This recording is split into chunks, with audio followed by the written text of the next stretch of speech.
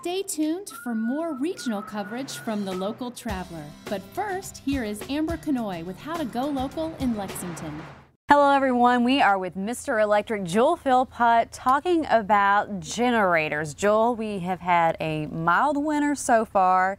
It was mild last year, but many of us remember the ice storms and the power outages of winters past. And when people think about that, when the threat of bad weather, is a possibility, people run out to get generators.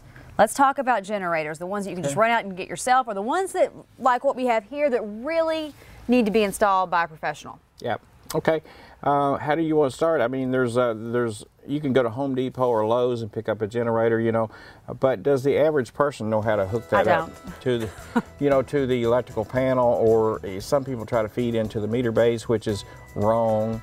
But you should always have a professional come by and tell you how to do it. Even though if it is an ice storm or whatever, you still need some experience with someone with some knowledge on what to do and don't.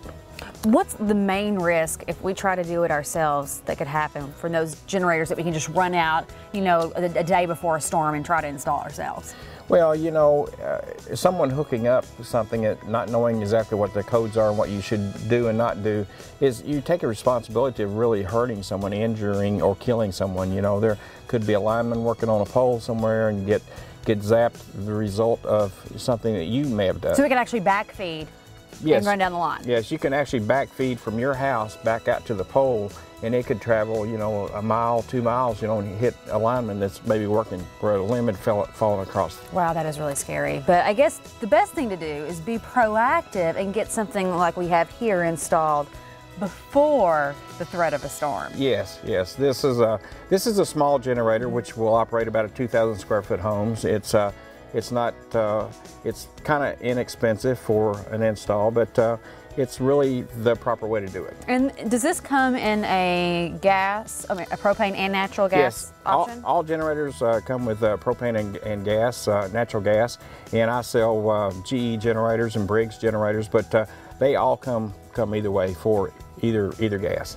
Now, on something like this, if power failed, what could you find yourself typically being able to utilize the electricity drawn from this in your house?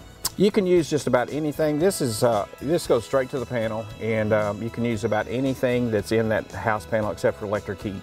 All right, and of course there's a transfer switch and everything that takes care of all that. Yes, the transfer switch has a computer, so it's all in there with it. All right, Joel, let's tell them how to get a hold of you.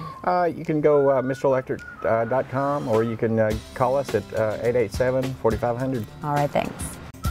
Coming up, learn how to go local where you live.